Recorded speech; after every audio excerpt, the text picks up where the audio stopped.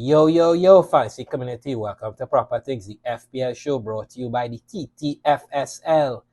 Episode 19. So we were off on a little hiatus. The Christmas period came fast and furious, like Vin Diesel. It was tough to keep up with the episodes, but those who have been following me know the little moves that I've made. So we have a little catching up to do this week as game week 20 now is fast approaching this Saturday.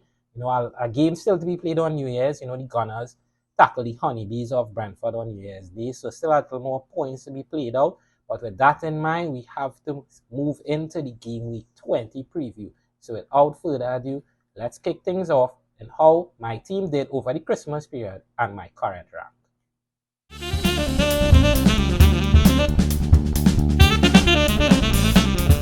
The last time you guys checked in, I was at the 71,333 ranking when we rose all the way up to just outside the top 10k, but we got a little red arrow. So currently, with one game to play in game week 19, we are at the 35,510 ranking. So not too bad, as we remember back in game week 12, we were not far off the 1 million rank. So it's been a hell of a ride in the last 7 game weeks. So we're moving on up a little slide, but I promise that we're righting the ship in the upcoming weeks. So let's take a look at how my team is doing so far in game week 19, because remember, we have one more game to play. So currently, I'm on a score of 68 points, but I took a hit. So overall, a 64-point game week this week with one player to play, being Gabriel. So we're looking at the points thus far, and it was very poor from my keepers this week, as Fabianski got the injury in game week 18, couldn't play in game week 19, and Sanchez was benched. So 0 points. So ultimately now we were playing with 10 men. Looking at defense, Robinson continued to get a little points, keeping it ticking over in the attacking side of things with our 4 points. But remember, Fulham conceded 2 goals, so only 4 from the American. Gabriel yet to play, and Mekalenko with 1 point. In midfield, it was tough sledding for the Chelsea duo of Enzo and Palmer, both blanking, 2 for Palmer, 1 for Enzo. A massive game week from Rogers gave us 11. Ahmad with 1 point, and then of course Captain Salah, massive game week again, 16 points, 32 as the captain. In the attacking side of things, Isak continued to just pour in the goal, 7 points from the Swedish striker. And new arrival, big money arrival, Erling Haaland, a goal and 2 bonuses for a grand total of 8. 2 big missed chances, though, should have been more points for Erling Haaland. On the bench, we made a miscalculation. If Nielsen bench 8 points, Concert continues to disappoint, and Sepp van der Berg should still be injured for the Arsenal game, so nothing gained there. Now we head into the red flags in my team. So first things first, I would say that I'm content at the goalkeeping position. However, I still have to wait and see how much time Fabianski is going to miss. And if Sanchez gets his spot back as the starting keeper for Chelsea, which I expect him to, I'm okay with riding Sanchez for the next 2-3 game weeks. But if, there's more cheeky plays there from Maresca in goal, definitely can't play with 10. And with Sells expecting to rise in the upcoming game week, that will be my preferred keeper at the 4.8 price point. I'm really eyeing up a move for him if things go south with the Sanchez Fabianski duo. Again, waiting to see how long Fabianski's out for. In defense, the main red flag is not really with the players I have, but who I don't own.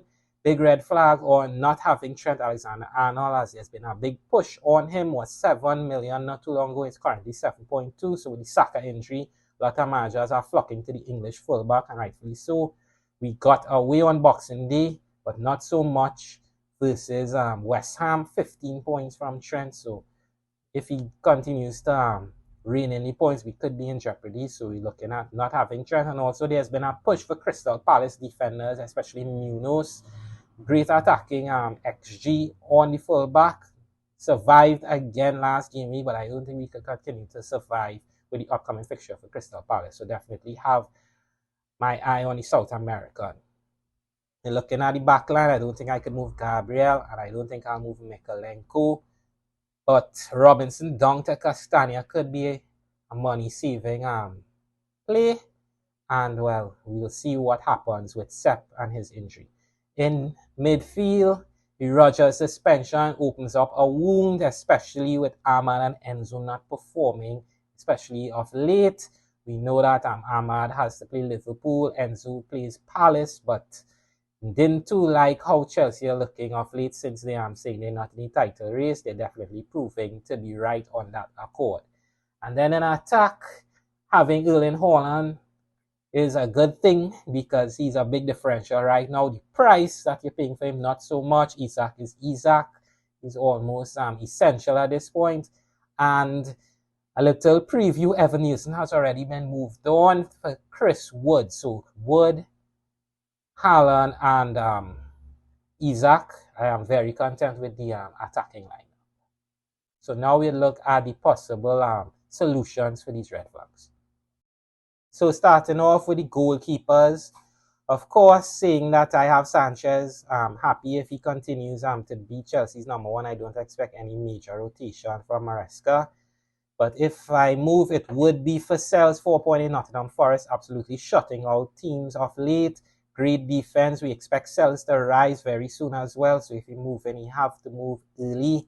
Pickford at 5 mil is a great pick because we're halfway through the season. He's been performing pretty well. And remember, he will have an extra fixture. So while teams will be goalkeepers, most of them will be playing 19 games. Pickford should play 20. So you'll have an extra game up your sleeve at 5 million. I mean, the extra game is against Liverpool, but still it's an extra game.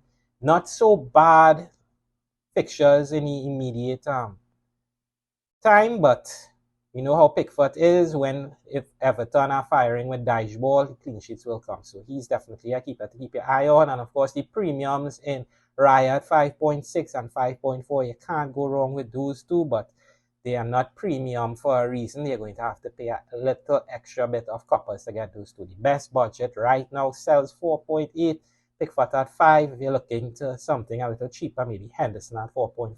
But I don't have Henderson simply because of the next segment, which is the defenders. And I have Munoz here at 4.7. So I don't think that I would double up in Crystal Palace's defense. And I think Munoz has more utility than Henderson, while Henderson only has saves, the clean sheet, and of course if he gets bonuses. Munoz is such an attacking threat that he's also tethered to the clean sheets, and he could get a goal and assist from the South American, especially with the upcoming fixtures. So I prefer Munoz over Henderson, so Henderson not really high up. Of course, in defense, Trent Alexander-Arnold is the red flag, so bringing him in would solve that issue. Currently at 7.2 million though, so it's not an easy buy. And I have this guy here at 4.2 million, Castagna. I know a lot of people have the American Robinson, but with Fulham playing the back five, the two wing backs are going to be Robinson and Castagna, maybe at 4.2. You still have the Fulham clean sheet, still have the same attacking threat for 0.6 million less. Robinson, if you can afford it, if you're looking for a price cutting move, I think Castagna, you can't go wrong right now, 4.2 million. And maybe he allows you to get Trent, Munoz, and an Arsenal defender. So he could be your 4 and 5. I would have Mekalenko or 4 million defenders. Moving on to midfield now. Solutions for any problems you'll have. We're seeing an uptick in Gordon at 7.4 million now. Newcastle have great fixtures on the horizon. We know Spurs are porous in the back. And if you look at the other fixtures, they are green beams all the way. So a lot of managers are pushing in for Gordon. Those who don't have Bowen, it could be a straight swap for Englishmen. So Bowen to Gordon, you're not really losing any money or losing any stress over that move. We also have another Englishman here, Eze from Crystal Palace, 6.6 million. Crystal Palace again having great fixtures on the horizon. They do play Chelsea, but after that is all sales as Crystal Palace are just looking great after that. And I know the People's Champ Sa, 5.8 million blanked in back-to-back fixtures. A lot of people now souring on Sa, but at 5.8 million, I don't think it could go wrong. But if you have the extra coppers, I would definitely go Eze. And finally, Clive at 5.5 million. I know that it's not the brightest or shiny object in the shop, player in the shop, but at 5.5 million on penalties for Bournemouth, great fixture this week, he could be a punt. So definitely look out for Clive, or however the Cherries don't have a great upcoming schedule. So maybe this one is a quick point, please. But definitely, if you're looking for a midfielder, I think Gordon tops the list. Eze not too far behind.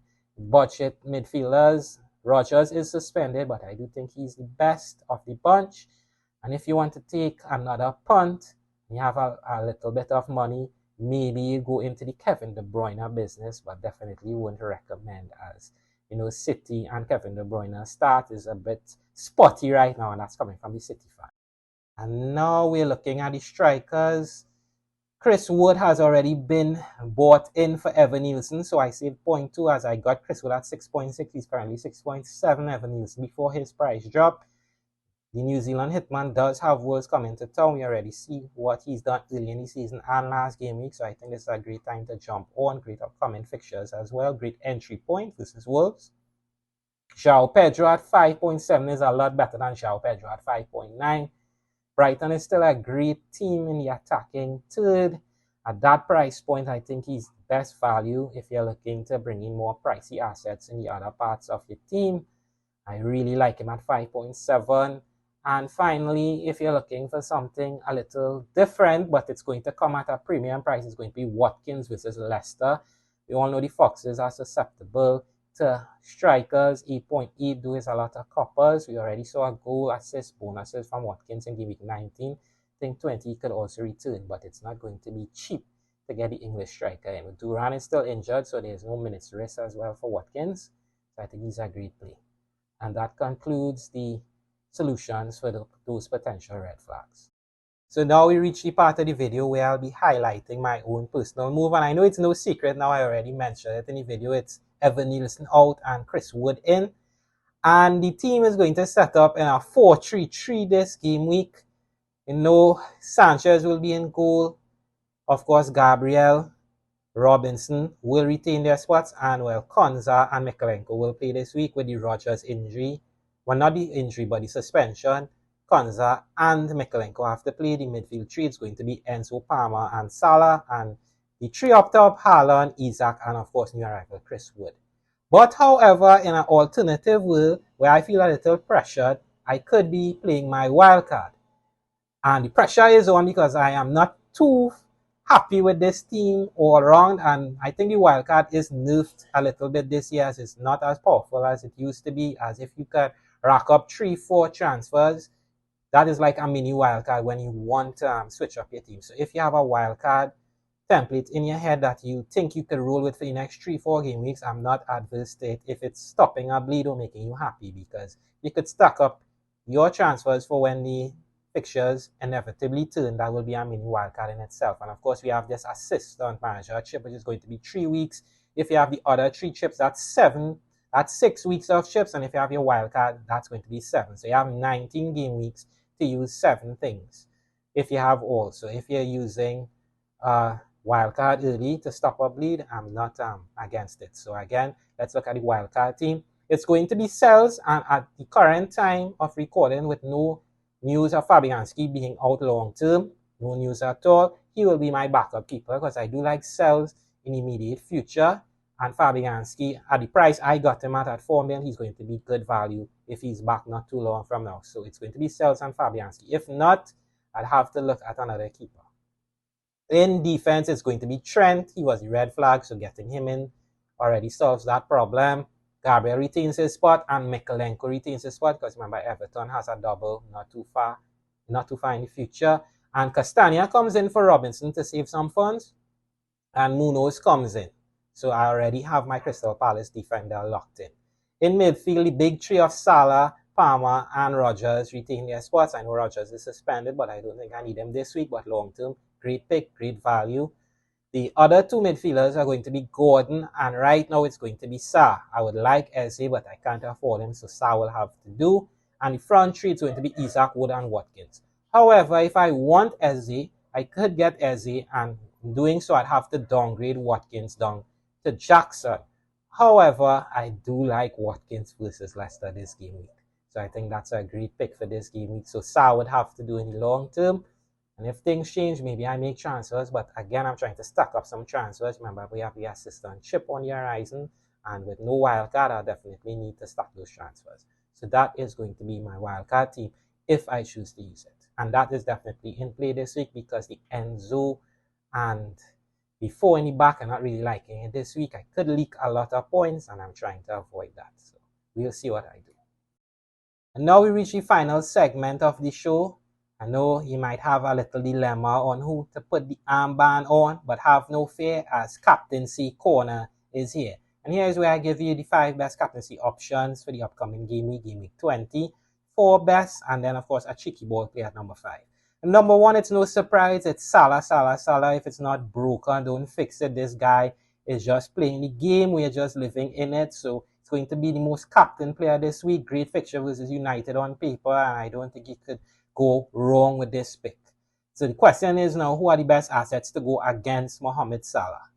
And at number 2, it's going to be Erling Haaland. Bad news again for West Ham. Their talisman and their captain, Jared Bowen, is going to miss some time. Fractured bone in his foot.